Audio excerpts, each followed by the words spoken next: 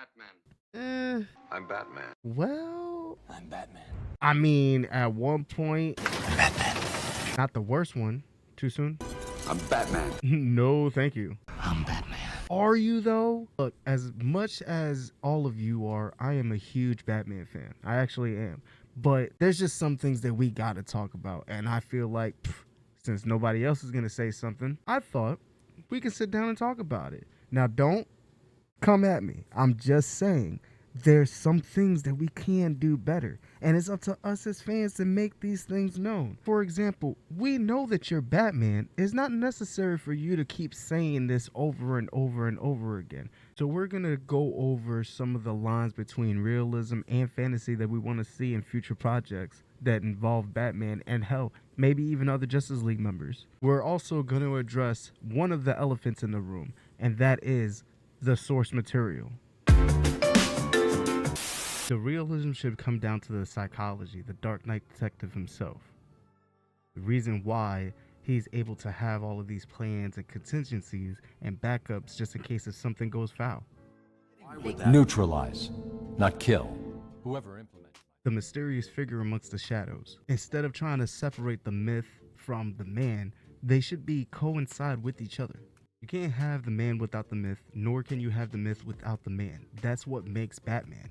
And even so, with the whole realism aspect of it, we should be able to see something like him being the type of person that figures out the riddle, that figures out the problem, but you don't necessarily know how he got there. It's like he just knows. He's the type of character that adapts to situations and overcomes them. From his fighting styles all the way to the way he thinks. Because he knows that different villains operate differently. He's not going to apply the same type of physical bearing or the same type of fighting style to the Riddler that he would Bane. And he shouldn't have to. There's got to be a better balance of brain and brawn.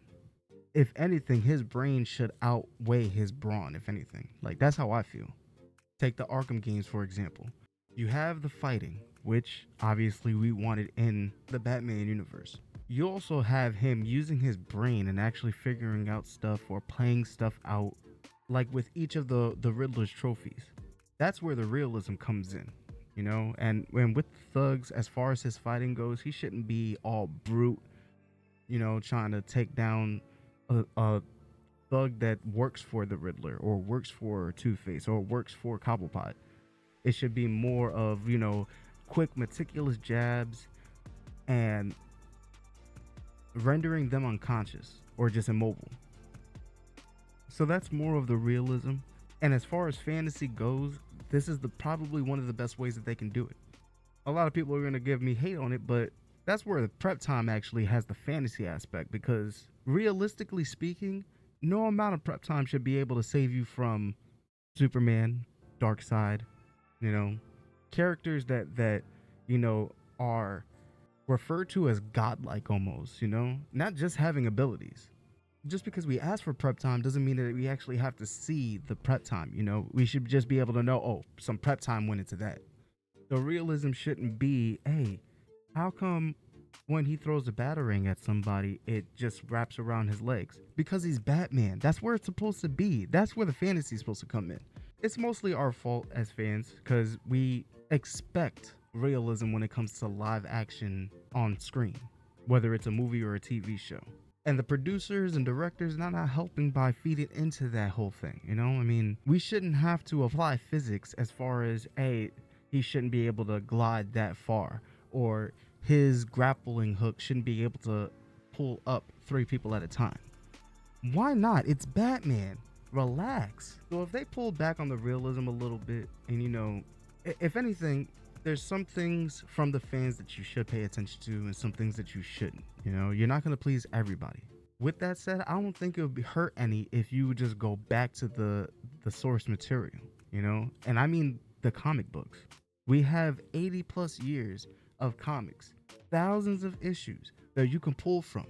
And just because you're a new director doing a new Batman movie doesn't mean you have to do the same old origin story.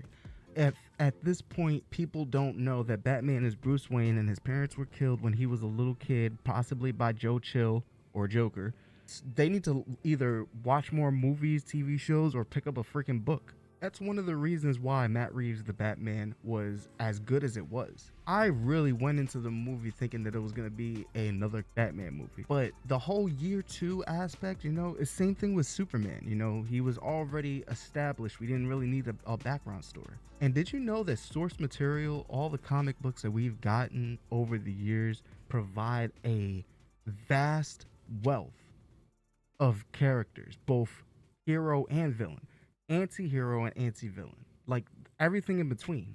Not to mention have, you know, people that back him up as far as Superman, Wonder Woman, and the Flash, or even one of the Bat family, you know, the Robins, the Batgirl, all of them. Now, that definitely doesn't mean we don't mention them or they're not, you know, at all here or around.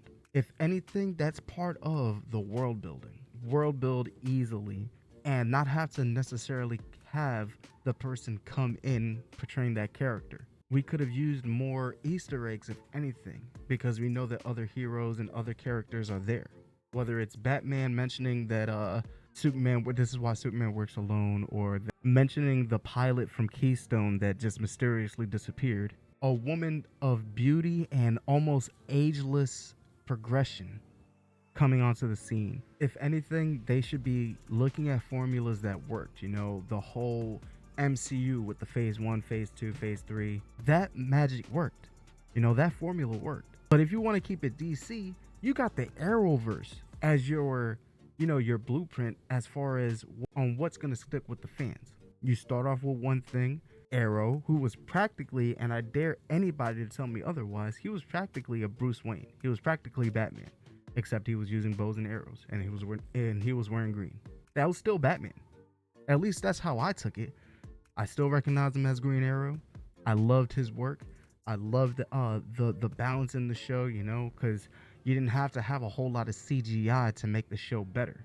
And then you had all of these other shows that were tied in, but they were kept to their own character. You got The Flash, Supergirl, DC's Legends of Tomorrow, and of course there were other shows like Black Lightning and Gotham that we all liked too. Gotham was probably the closest thing to a live action Batman world that we've gotten, where the Batman movie was a perfect or a close to perfect rendition of Batman himself.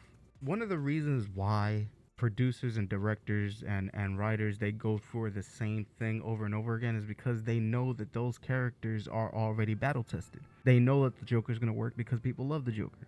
They know that the Riddler's going to work because people love the Riddler. Same thing with the Penguin, same thing with Two-Face, and so on and so forth. But that's not how you world build. You don't world build using the same characters. If anything, I would try to make Hollywood, you know, all the people that are behind the making of the Batman, the Supermans, the Wonder Womans, you know, all of them, I would make them sit down and both read individual comics as well as Justice League comics and searching things on YouTube, you know, because a lot of fans do it better. Either you know what I'm talking about or you don't. And I'm not talking about the parodies like Ace Vane. I'm not talking about DBZ Abridged. I'm not talking about any of that. They just take a story and they either explain it or they retell it. And it's a lot of stuff that even I didn't know about. Well, I say even I, but I didn't really read a lot of the comics. But that's your bread and butter, if anything. It's because there's some people that came up on the TV shows and the movies instead of just the comics or didn't read any of the comics. That's when you really pull into the source material. You pull in characters that are not widely known. I don't know much about Mr. Terrific.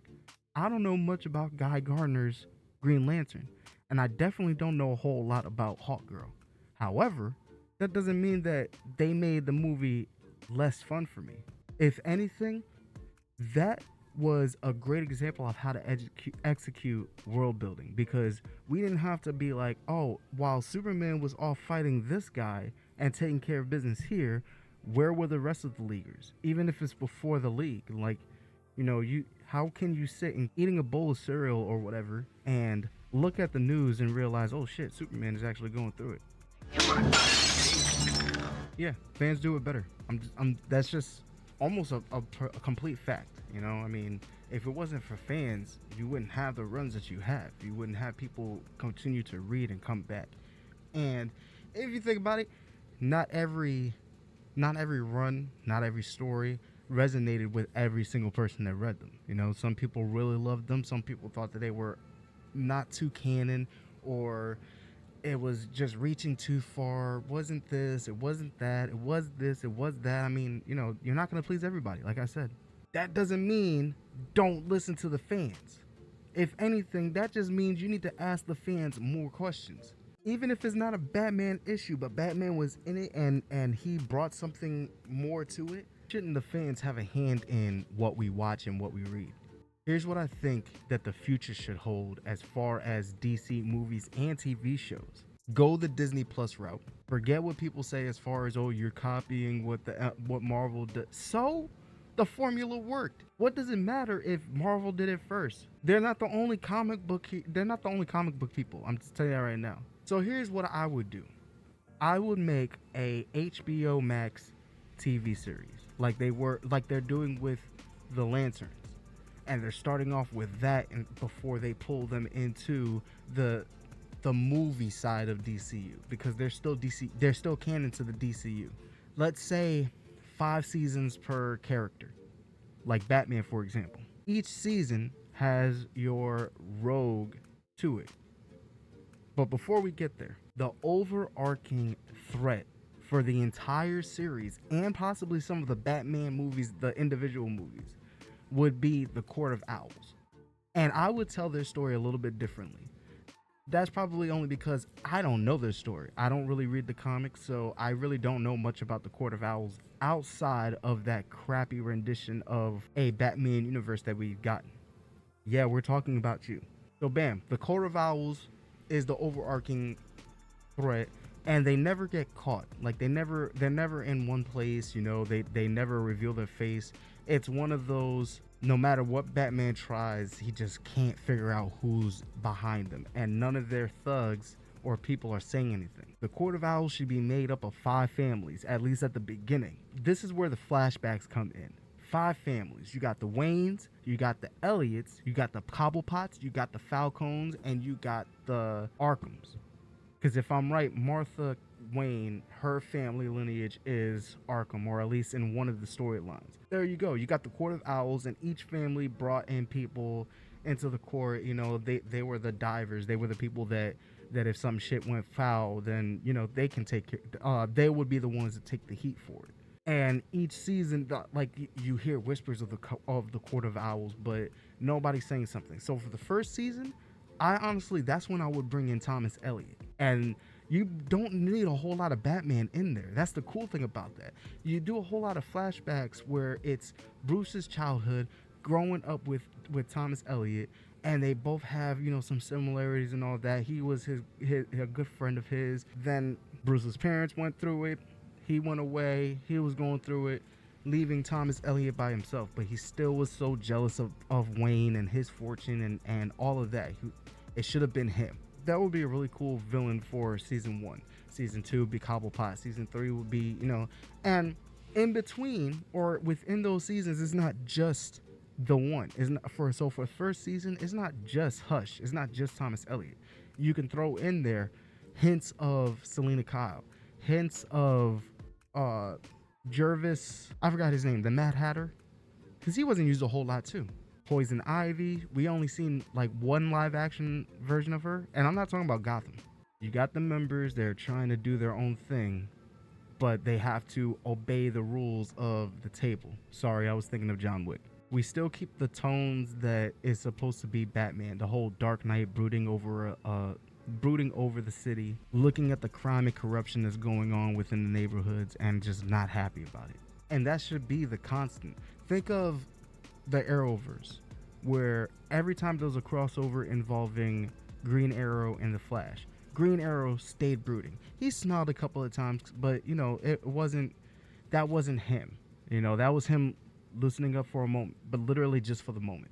And it didn't always happen. He was always focused and serious, where Barry would come in and he would be serious about the stuff, but he know when to smile and when to laugh, when to make a light joke, you know, stay positive. And their tones never changed with each other, whether it was the Flash was on the Arrow or Arrow was on the Flash. Never changed. But we do each season, and then maybe after 2 seasons, the first 2 seasons, you have a Batman solo movie.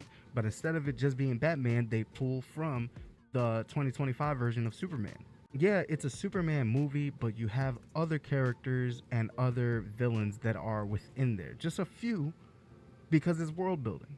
It avoids the whole, well, when all of this was going on in Gotham, where were these heroes? Because obviously Batman couldn't do it by himself. That's pretty much my pitch to the DCU. Use your resources, you got all of these comics from 80 plus years, thousands of issues. You also have projects that have worked in the past, whether you pull from cartoons like Batman the Animated Series, or you pull from a video game like Arkham Knight, or hell, if you pull from movies from before. I mean, I don't think anybody's gonna cry much if you do references to Michael Keaton's Batman Returns. And we do know that these formulas work because they did it for Captain America Civil War.